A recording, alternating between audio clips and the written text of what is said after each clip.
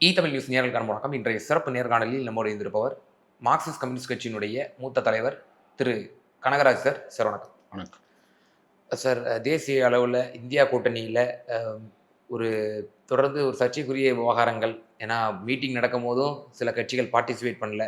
அதுலேயும் எதிர்ப்பு குரல்கள்லாம் சக தோழமை கட்சிகள்லாம் சுட்டி காட்டியிருக்காங்க காங்கிரஸ் கட்சி மீது. இப்போ அதன் பிறகாக நடந்த ஒரு சம்பவம், திரு ராகுல் காந்தி அவர்கள் விட்ட ஒரு ஸ்டேட்மெண்ட்டு இந்தியா கூட்டணி மத்தியிலையும் எதிர்க்கட்சிகள் மத்தியிலும் பெரிய ஒரு அதிர்வலையை ஏற்படுத்தியிருக்குன்னு தான் சொல்லணும். பினராயி விஜயன் அவர்களை அமலாக்கத்துறை கைது செய்ய வேண்டும் அப்படின்னு சொல்லி ஒரு கூட்டணி கட்சி தலைவரை விமர்சனம் பண்ணுறாரு. அவர் நிச்சயமாக அரசியல் ரீதியான விமர்சனத்தை முன்வைக்கலாம், அட்மினிஸ்ட்ரேஷன் ரீதியான விமர்சனங்களை முன்வைக்கலாம், மாற்று கருத்தை இல்லை. ஆனால் நீங்கள் கொள்கை ரீதியில் பாரதிய ஜனதாவை எதிர்ப்பதாக இருக்கட்டும், பாசிச தன்மைக்கு எதிர்ப்பு அந்த இதுவாக இருக்கட்டும், நீங்கள் தெளிவாக இருக்கக்கூடியவர்கள். ஆனால் உங்கள் மீது கொள்கை ரீதியான இப்படி ஒரு கடுமையான விமர்சனம் கடந்த காலகட்டத்திலே சிஜேபி என்ற ஒரு விமர்சனத்தை முன்வைத்திருந்தார், கம்யூனிஸ்ட் ஜனதா பார்ட்டி என்று. இப்படி தொடர்ந்து ராகுல் காந்தி உங்களை சீண்டி கொண்டிருக்கிறாரு. ஒரு முன்னாள் முதல்வரை, அவருக்கு தொடர்பு இல்லாத ஒரு வழக்கை இவரையும் சேர்த்து இவரையும் கைது பண்ணுங்க அப்படின்னு சொல்லி ஒரு எதிர்க்கட்சி தலைவர் சொல்றாருன்னா எப்படி புரிஞ்சுக்கிறது? அதான் ராகுல் காந்தி ஒரு ஒரு மெச்சூர்டு தலைவராக பரிணமிக்க வேண்டியது இருக்கு. ஒன்று கம்யூனிஸ்ட் கட்சி 1964 அது மார்க்சிஸ்ட் கட்சியாக உருவெடுக்கிற போது இருந்த மிக முக்கியமான பிரச்சனைகளில் ஒன்று காங்கிரஸுடனான அணுகுமுறை எப்படி இருக்க வேண்டும் என்பது குறித்து தான். ஸோ இந்த பின்னணியில், அதாவது காங்கிரஸ் இந்தியாவில் அது பெரும் முதலாளிகளுக்கு ஆதரவாகவும் நிலப்பிரபுகளுக்கு ஆதரவாகவும் இருக்கிறது என்பதுதான் மார்க்சிஸ்ட் கட்சியினுடைய நிலைப்பாடு. அதே நேரத்தில் அந்நிய மூலதனத்தோடு சமரசம் செய்து கொள்கிறது. ஆனால் அதுக்கு பின்னால் அது வெஸ்ட் பெங்கால், கேரளா, திரிபுரா 3 இடத்துலையுமே நீங்கள் காங்கிரஸ் கட்சிக்கு எதிராக போராடித்தான் ஆட்சி பொறுப்புக்கு வந்திருக்கும். இந்த பின்னணியில் தான் 2004 அதுக்கு முன்னால் பிஜேபி ஆட்சி பொறுப்பில் இருக்குது, கட்சிக்குள்ள கடுமையான விவாதங்கள் நடந்தது. இவ்வளவு நாளும் எதிர்த்துக்கிட்டு இருந்த காங்கிரஸை எப்படி ஆதரிக்கிறது? சரி, அப்போ 2004 தேர்தலில் காங்கிரஸுக்கு 145 தொகுதி, பிஜேபிக்கு 138 தொகுதி, இடதுசாரிகள் எல்லாரும் சேர்த்து 61 தொகுதி. இந்த 61 தொகுதியில் பெரும்பாலான தொகுதிகள், ஒரு 7-8 தொகுதிகளை தவிர மீதி எல்லாமே வெஸ்ட் பெங்கால், கேரளா, திரிபுராவில் காங்கிரஸை நேரடியாக எதிர்த்து வெற்றி பெற்ற தொகுதிகள். அப்போ இந்த பின்னணியில் அவங்களுக்கு ஆதரவு கொடுக்கறதா வேண்டாமா என்கிற ஒரு கடுமையான விவாதம் வந்த பின்னணியில் தான் கட்சியில் விவாதித்து என்ன முடிவுக்கு வந்தோம் அப்படின்னு சொன்னால், எஸ், அதனுடைய வர்க்கத்தன்மையில் எந்த மாற்றமும் கிடையாது. அது பெருமுதலாளிகள், நிலப்பிரபுக்கள், அந்நிய மூலதனத்துக்கு ஆதரவான கட்சி தான். பாஜக இதோடு சேர்ந்து அது ஒரு ஹிந்து ராஷ்டிராவை நிர்ணயிப்பதற்காக ஒரு பாசிசத்தன்மையோடு எல்லாவற்றையும் அணுகுகிற ஆர்எஸ்எஸ்ஸால் வழிநடத்தப்படுகிற கட்சி. எனவே அதற்கு எதிராக நாம் அவங்களுக்கு ஆதரவு கொடுக்கலாம் என்கிற முறையில் தான். அப்போ நீங்கள் பார்த்தீங்கன்னா ஒரு பெரிய 61 எம்பிக்கள் என்பது ஒரு பெரிய எண்ணிக்கை அன்னைக்கு. அப்போது ஆட்சி பொறுப்பில் நம்ம ஒன்றும் போக வேண்டாம், ஆனால் அதே சமயத்தில் வெளியிலிருந்து நாம் அவங்களுக்கு ஆதரவு கொடுப்போம் அப்படின்னு முடிவுக்கு வந்தோம். ஸோ அதுக்கு பின்னால் நடந்த தேர்தல்களில், அது மேற்கு வங்காளமாக இருக்கட்டும் அல்லது மற்ற இடங்களாக இருக்கட்டும், சில நேரங்களில் காங்கிரஸ் கட்சியோடு சேர்ந்தும் தேர்தலில் போட்டிகிட்டு இருக்கோம். ஏன்னா நீங்கள் மதவரி என்பது சாதாரண விஷயம் இல்லை, முழுக்க மக்களை அது பிளவுபடுத்துகிறது, ரத்தம் குடித்து ஆட்சியில் இருக்க வேண்டும் என்பதற்கு முயற்சிக்கிறது, இந்தியாவினுடைய அரசமைப்பை முற்றிலுமாக சிதைக்க முனைகிறது. எல்லா விதமான இப்படி பல விஷயங்களை சொல்லித்தான் நம்ம பண்ணோம். இந்த பின்னணியில் தான் இப்போ சமீப காலமாக என்னென்னா, அப்போது அகில இந்திய அளவில் பாஜகவை எதிர்கொள்வதற்கு ஒரு அகில இந்திய அளவில் பிரசன்ஸ் இருக்கக்கூடிய ஒரு கட்சி காங்கிரஸ் தான். அது பெரும்பான்மை பெற்றிருக்கிறதா இல்லையா என்பதை தாண்டி அப்போ அதை ஒட்டி தான் இந்தியா பிளாக் உருவாகுது. இப்போ இந்த இந்தியா பிளாக் கூட்டணி கட்சிகள் பலவற்றிற்கும் மாநில அளவில் கருத்து வேறுபாடுகள் இருக்கும். இப்போ நீங்கள் கேரளாவை எடுத்துக்கிட்டிங்கன்னா யார் ஆட்சி பொறுப்பில் இருப்பது என்பது கடந்த கிட்டத்தட்ட 67க்கு பின்னால் தொடர்ச்சியாக மாறி மாறி ஆட்சி பொறுப்பில் இருக்கிறோம். அப்போ காங்கிரஸுக்கும் எங்களுக்கும் அதில் ஃபைட் இருக்கும், அதில் ஒன்றும் பிரச்சனை இல்லை, இது மற்ற மாதிரியான. பட் ப்ராப்ளம் என்னன்னா காங்கிரஸினுடைய இவர் லீடர் ஆஃப் அப்போசிஷனாக வந்த பிறகு இவருடைய அணுகுமுறைகள் பொதுவாகவே இந்த ரீஜனல் பார்ட்டிஸை மார்ஜினலைஸ் பண்ணுவதற்கு கூட்டணியில் இருந்து கொண்டும் இல்லாமலும் செய்வதாக பலரும் இந்த விஷயத்தை முன் வச்சாங்க. உதாரணமாக இவர் ஜன் அதிகார யாத்திரான்னு தனியாக நடத்துகிறாரு பீகாரில். அங்கே ஆட்சி பொறுப்பில் இருந்தது பிஜேபியும் நிதிஷ்குமாரும். அதுக்கு பின்னால் கூட்டணி பேச்சுவார்த்தைகள் நடைபெறுகிற போது ரொம்ப ஹார்ட் பார்கெனிங் பண்ணாங்க. கடைசியில் ஒரு 10 தொகுதியில் ஃப்ரெண்ட்லி கண்டஸ்ட்னாங்க. ஆனால் என்னாச்சு அப்படின்னா தேர்தல் பிரச்சாரம் ஆரம்பிக்கிற போது தேஜஸ்வி யாதவோட அவர் எந்த இடத்துலையும் மேடையை ஷேர் பண்ணிக்கிறதுக்கே ரெடியாக இல்லை. பேச்சுவார்த்தை நடந்து கொண்டு இருக்கிற போது வெளிநாட்டுக்கு போயிட்டார். பேச்சுவார்த்தையில் இந்த இது ஏற்படாமல் 100% சீட் ஷேரிங்கில் வராமல் ஒரு கஷ்டம் இருக்கும்போது கூட எந்த இடத்துலையும் இவர் அவரோட சேர்ந்து போகலை என்கிற குற்றச்சாட்டு இருந்தது. அதுவும் எந்த பின்னணியிலனா இவர் ஜன் அதிகார யாத்திரை நடத்தினது எதுக்கு எதிராக எஸ்ஐஆருக்கு எதிராக. அப்படி ஒரு கடுமையான போட்டி இருக்கிற போது ஒரு பெரிய மாநிலத்தில் இதை விட்டுட்டு எப்படி போனார்? அவருக்கு என்ன இருக்குது அப்படின்னு சொன்னால் காங்கிரஸ் எல்லா மாநிலத்திலும் பிரதான கட்சியாக வர வேண்டும் என்று நினைக்கிறாங்க. அப்படி முடியாத போது என்னன்னா அங்கே இருக்கக்கூடிய மாநில கட்சிகளை மார்ஜினலைஸ் பண்ணுறது அவருடைய நோக்கமாக இருக்குதுன்னு சொன்னாங்க. இந்த கான்ட்ரவர்சி இருந்தது. இந்த பின்னணியில் தான் நீங்கள் இப்போ நடந்த 5 மாநில தேர்தல். இதற்கு முன்னால் இவர் இப்போ சொல்லலை, இதுக்கு முன்னால் ஒரு அக்கேஷனில் என்ன சொன்னார் அப்படின்னு சொன்னால் ஏன் இடி பினராயி விஜயனை விசாரிக்கலை அப்படின்னு சொன்னார். ஆக்சுவலாக இந்தியா கூட்டணியினுடைய சார்ட் ஆஃப் டிமாண்ட்ஸ் இருக்குல்ல, அதில் நீங்கள் பார்த்தீங்கன்னா ஒன்று இந்தியாவில் இருக்கக்கூடிய புலனாய்வு அமைப்புகள் உள்ளிட்ட அரசமைப்பு சட்டத்தின்படி சுயேட்சையாக இயங்குவதற்கு உருவாக்கப்பட்ட அத்தனை அமைப்புகளையும் அவர்களுடைய அடியாளாக பயன்படுத்துகிறார்கள். அடியாளுங்கிற வார்த்தை அதில் இல்லை, அதனுடைய தன்னுடைய கட்சியினுடைய ஒரு விங்காவே பயன்படுத்துகிறாங்க. ஸோ நேஷனல் ஹெரால்டு கேஸு மாதிரியான வழக்குகளில் திரு ராகுல் காந்தி அதே போல் அவங்க சோனியா காந்தி இவங்களெல்லாம் சொல்லும்போது கூட அதில் குற்றச்சாட்டுகள் வலுவாக இல்லை, ஆனால் நீங்கள் அவங்கள டார்கெட் பண்ணிக்கிட்டே இருக்கீங்க என்பதை எங்கள் கட்சி உட்பட சொல்லியிருக்கு. இந்த பின்னணியில் தான் அவர் என்ன பண்ணுறாருன்னா முதல்ல இப்படி பினராயி விஜயன் மேலே ஏன் நீங்கள் நடவடிக்கை எடுக்கலைன்னு கேட்குறாரு. இது எப்பன்னா 2021க்கு பின்னால் ஒரு 25ல் ஒரு முறை இப்படி சொல்கிறார்.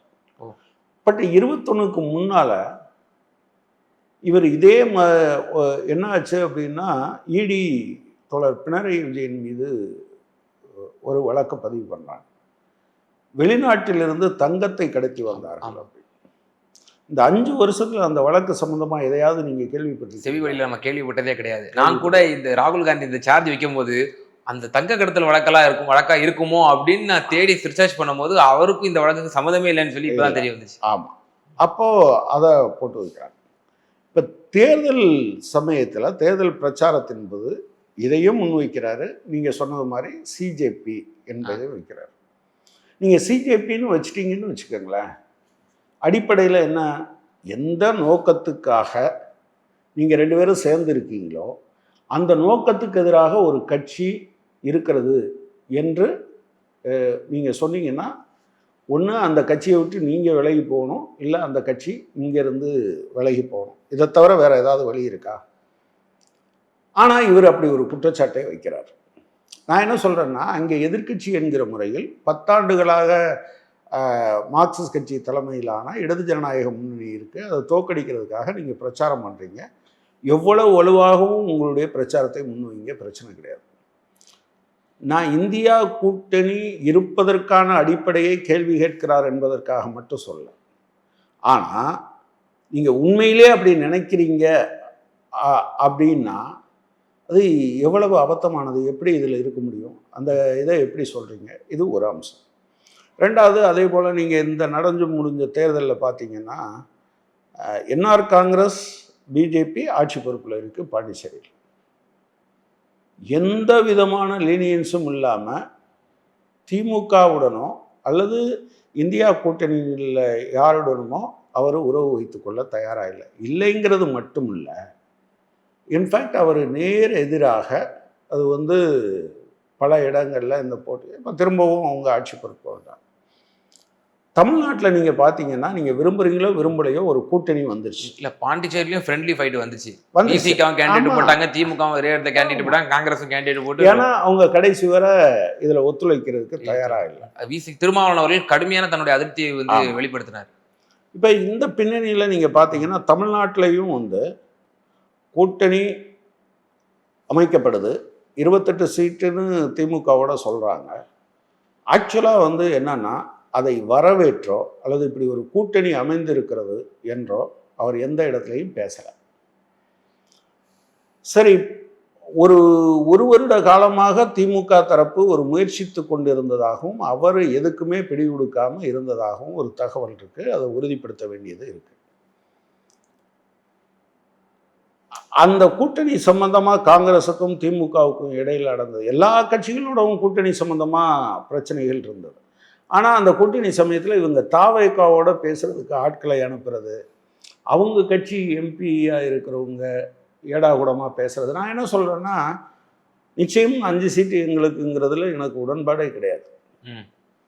எங்கள் மாநிலக்குள்ள ஒரு கடுமையான விவாதம் வந்தது. 5 சீட்டை ஏற்றுக்க வேண்டாம், வேணால் 234லையும் நம்ம அவங்களுக்கு ஆதரவு கொடுப்போம், அல்லது சில சீட்டுகள் நம்ம போட்டிட்டு மற்றதில் இருப்போம். ஆனால் மற்ற இடத்துலலாம் இப்படி ஃப்ரெண்ட்லி கண்டஸ்ட்னு வந்திருக்க,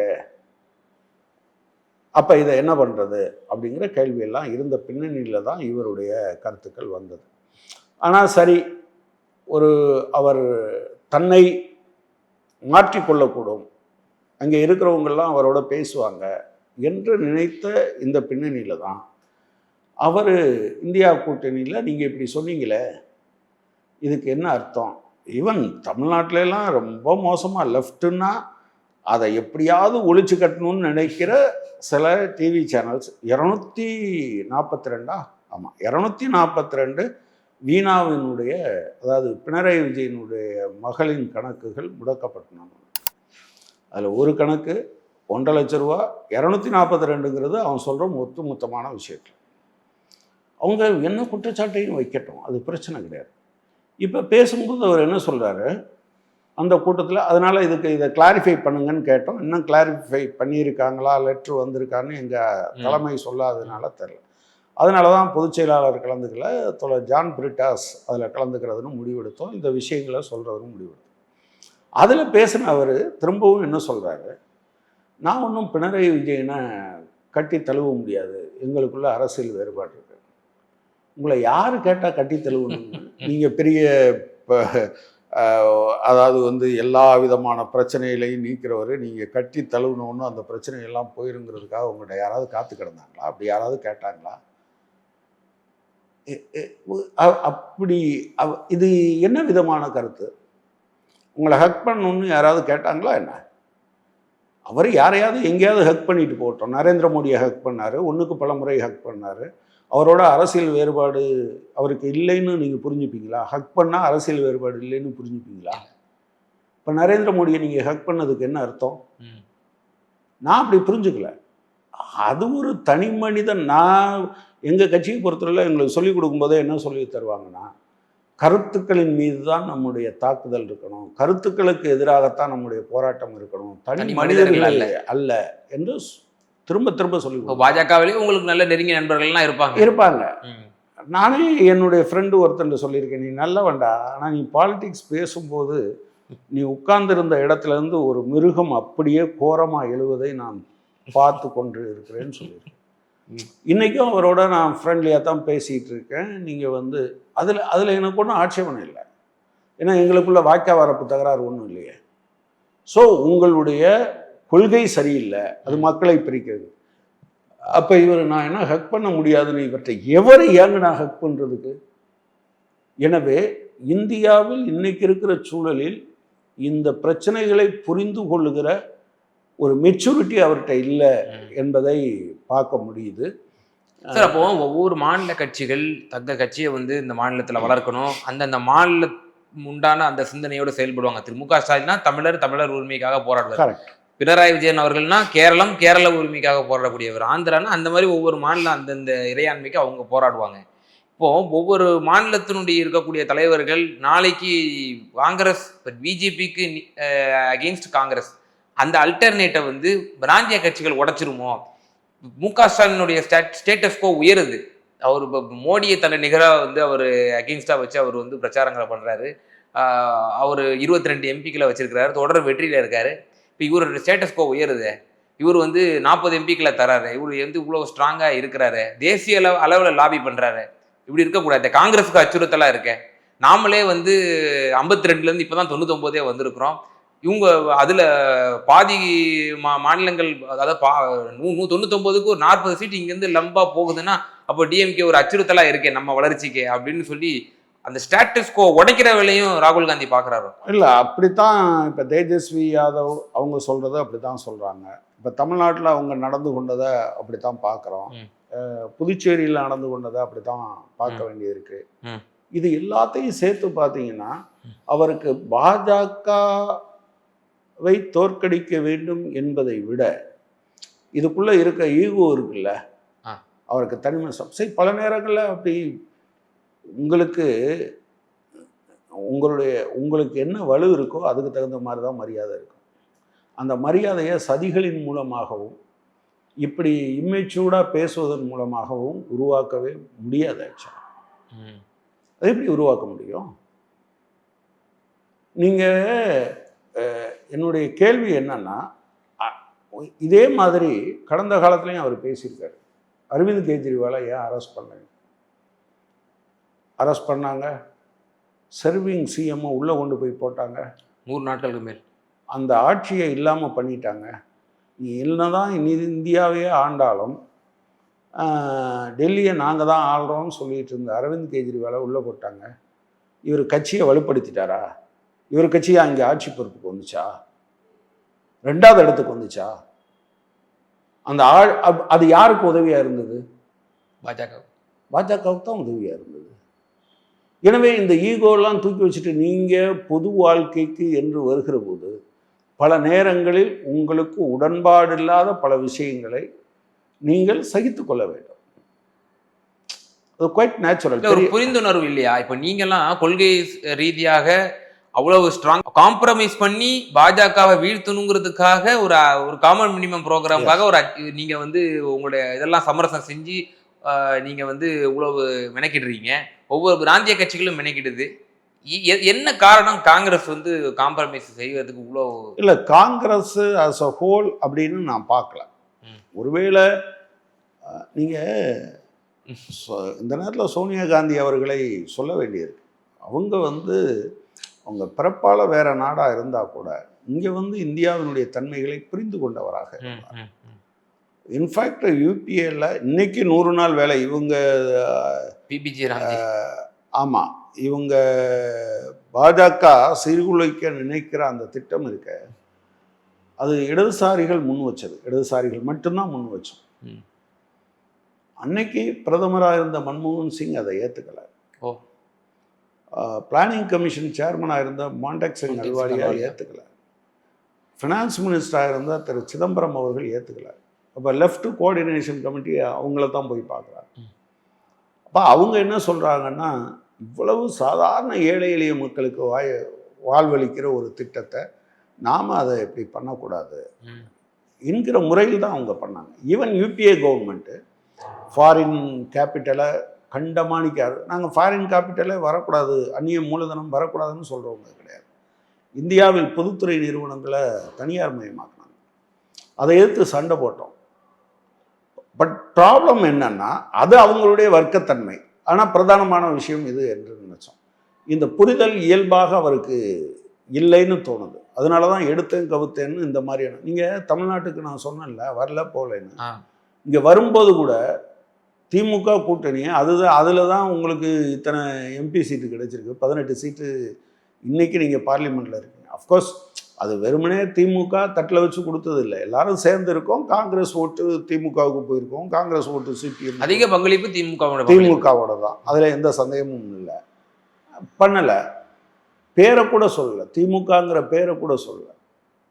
அன்னைக்கு திமுக தலைவரோட பேரை கூட சொல்லலை. நீங்கள் நாகர்கோயிலுக்கு வர்றாரு, அந்த அமைச்சராக இருந்த திரு மனோ தங்கராஜ் துண்டு கொண்டு போனால் அதை தட்டி. ஆமாம், ஈவன் இவங்க என்ன சொல்லியிருக்காங்கன்னா, சரி நம்ம கூட்டணி நீங்கள் வராமல் இருக்கிறது ஒரு மாதிரியாக இருக்குது, உங்களுக்கு ஒருவேளை டைம் பெர்மிட் பண்ணலைன்னா இங்கே வந்து திரு திமுக தலைவரும் அவரும் ஒரு டீ நேரத்தில் ஷேர் பண்ணிக்கிறது மாதிரி ஒன்று பண்ணலாமேன்னு ஆலோசனை சொல்லியிருக்காங்க. He refused. ஓகே. அப்போ என்னன்னா, ஒரு கூட்டணியில் இருந்தால் கூட கூட்டணி தலைவர்களை விட நான் தான் மேலே இருக்கணுங்கிறது இயல்பாகத்தான் வரணுமே தவிர, நான் நினச்சிக்கலாம் நான் அவரை விட பெரிய ஆளு இவரை விட பெரிய ஆளு அப்படின்னு. ஆனால் மக்கள் என்ன நினைக்கிறாங்க அப்படிங்கிறது இருக்குல்ல. இப்போ இந்த புரிதல் கொண்ட காங்கிரஸ், இந்த புரிதலோடு இருக்கக்கூடிய இந்த இந்தியா கூட்டணி, இது நிச்சயமா முதல்ல பாஜகவை 2029 வீழ்த்த முடியும்னு நினைக்கிறீங்களா? இல்ல, அல்லது இந்த மாநில தேர்தல்கள் வர இருக்கு இல்லையா, இன்னும் 5 மாநில தேர்தல் இருக்கு, ஹார்ட்கோர் இந்துத்துவா லேண்டா இருக்கக்கூடிய மத்திய பிரதேஷ், ராஜஸ்தான், சத்தீஸ்கர், இது மாதிரி மாநிலங்கள்லாம் வர வேண்டி இருக்கு. அடுத்த ஆண்டு யூபி, அது ஒரு மிகப்பெரிய, அது ஒரு செமிஃபைனலாவே பார்க்கப்படுது. பிஜேபி ஆட்சி வீழ்த்த முடியுமா என்னன்னு என்ன கேட்குறேன். இந்த புரிதலுடன் 2029 மோடியை வீழ்த்த முடியும்னு நினைக்கிறீங்களா? இல்லை, காலம் வந்து நீங்கள் நினைக்கிறது மாதிரியே வரலாறுகள் எழுதப்படுவதில்லை. நம்ம நினைக்கிறது மாதிரிலாம் வரலாறு எழுதப்படும். ஒருவேளை காங்கிரஸ் தலைமை தாங்கி இதை முடியலைன்னா ஒரு காலத்தில் வந்தது மாதிரி மாநில கட்சிகள் வரலாம். விபி சிங் போலவோ அல்லது ஐக்கிய குஜராத் போலவோ. நீங்கள் வந்து இது காங்கிரஸ் தான் என்ன ரோல் பிளே பண்ணப்படுது. இப்போ இந்த விஷயத்தையெல்லாம் நீங்கள் சேர்த்தீங்கன்னா காங்கிரஸினுடைய இந்த செயல்பாடுகள் யாருக்கு உதவியாக இருக்கு? நிச்சயமா பாஜகவுக்கு தான். பிறகு எனவே அவங்க தங்களை கோர்ஸ் கரெக்ஷன் பண்ணலை அப்படின்னு சொன்னால் நம்பகத்தன்மை வராது யாருக்கும். இவரை நடந்து கொள்கிற முறையில் கீழே கேடர்ஸ்கிட்ட போகும்போது கேடர்ஸ் வந்து யாருக்கு ஓட்டு போட்டிருப்பாங்க என்கிற கேள்வி எனக்கு திமுக மேலே கோபம் இல்லையா? நான் கேட்டால் குறைஞ்சபட்சம் 6 சீட்டுன்னு சொன்னால் 6 சீட்டு அவங்க கொடுக்கல. 6 சீட்டுன்னு நாங்கள் சொன்னதே கூட இட்ஸ் நாட் மியர் நம்பர். 20 சீட்டு கிடைச்சாலும் கம்யூனிஸ்ட் கட்சியில் போதாதுன்னு சொல்கிற ஆளும் இருப்பார், 1 சீட்டு கொடுத்தாலும் சரிதான்னு நினைக்கிற ஆளும் இருப்பாங்க. ஆனால் இந்த குருச்சியல் ஜங்ஷனில் இந்த குறிப்பிட்ட சூழலில் போன தடவை நம்ம 6 ஏற்றுக்கிட்டோம், இப்போ 6ஐயும் குறைக்கிறாங்க. அப்படிங்கிற போது கட்சி அணிகளுடைய ஒரு கூட்டு மனச்சாட்சி தாங்கள் வந்து சரியாக நடத்தப்படலைன்னு மாறுற போது அது வேலைகளில் பிரதிபலிக்கக்கூடாதே என்கிற எங்களுடைய வலு என்பதை தாண்டி அந்த பிரச்சனை எங்களுக்கு இருந்தது. ஸோ இயல்பாக எங்களுக்கு இப்போ நாங்கள் கேட்டது கன்னியாகுமரியிலேன்னு பார்த்தீங்கன்னா விளவங்கோடும் கிள்ளியூர் ரெண்டில் ஏதாவது ஒன்று கொடுக்கணும். ஆனால் அது ரெண்டையும் இவங்க நாங்கள் இருந்தே ஆகணும்னு வாங்கிக்கிட்டாங்க. பத்மநாபபுரம் கொடுத்தாங்க உங்களுக்கு. பத்மநாபபுரம் அவங்களுடைய அமைச்சர் போட்டியிட்ட அமைச்சருடைய தொகுதியாக இருந்ததை எடுத்து நாங்கள் இல்லைங்க இதில் காம்ப்ரமைஸே பண்ண முடியாது அப்படின்னு சொன்னோம்னா அங்கே இருந்தாங்க. இப்போ சிங்காநல்லூர் நாங்கள் வலுவாக கேட்டுக்கிட்டே இருந்தோம். இல்லை எங்களுக்கு ஒரு முக்கியமான ஆள், இன்றைக்கி அந்த கேண்டிடேட்டு காங்கிரஸில் நான் இல்லைன்னு சொன்னதாக இடையில வந்தது ஸ்ரீநிதி, அவங்க வந்ததாக சொன்னாங்க. ஸோ நான் என்ன கேட்குறேன் அப்படின்னா, கூட்டணி என்கிற போது பரஸ்பரம் விட்டு கொடுத்தலும் நம்பிக்கையும் மிக மிக முக்கியமானது. பெருந்தன்மையோடு நீங்கள் நடந்துக்கிட்டீங்க. இந்த பிரச்சனையை காங்கிரஸ் அது கரெக்டாக அட்ரஸ் பண்ணலை அப்படின்னு சொன்னால், பட் அதுக்காகலாம் வந்து பிஜேபி எதிர்ப்பு போராட்டம் அதெல்லாம் காங்கிரஸ் வந்தால் அகில இந்திய அளவில் அதுக்கு ப்ரெசன்ஸ் இருக்குது. என்ற முறையில் அது போகும். இல்லைன்னா நீங்கள் சதி பண்ணுறீங்கன்னு நினச்சாங்கன்னு வச்சுக்கோங்களேன், அல்லது கரெக்டாக ஒத்துழைக்கலை, அல்லது நீங்கள் அந்த ஒரு அலையன்ஸுக்கு லாயலாக இல்லைங்கிற அபிப்பிராயம் தலைவர்கள்ட்ட சரியான போதாது, கீழே இருக்கிற எல்லா ஊழியர்கள்ட்டையும் அதை சரிப்படுத்த வேண்டியது இருக்கும்ல. தலைவர்கள் என்ன நினைச்சாலும் அவங்க மாறிடக்கூடாதுல்ல. எனவே அதை அவர் சரி பண்ண வேண்டிய அவசியம் காங்கிரஸ் கட்சிக்கு. நிச்சயமா பல்வேறு கேள்விகளுக்கு ரொம்ப விரிவாக தெளிவாக பதில் சொன்னீங்க. ரொம்ப நன்றி.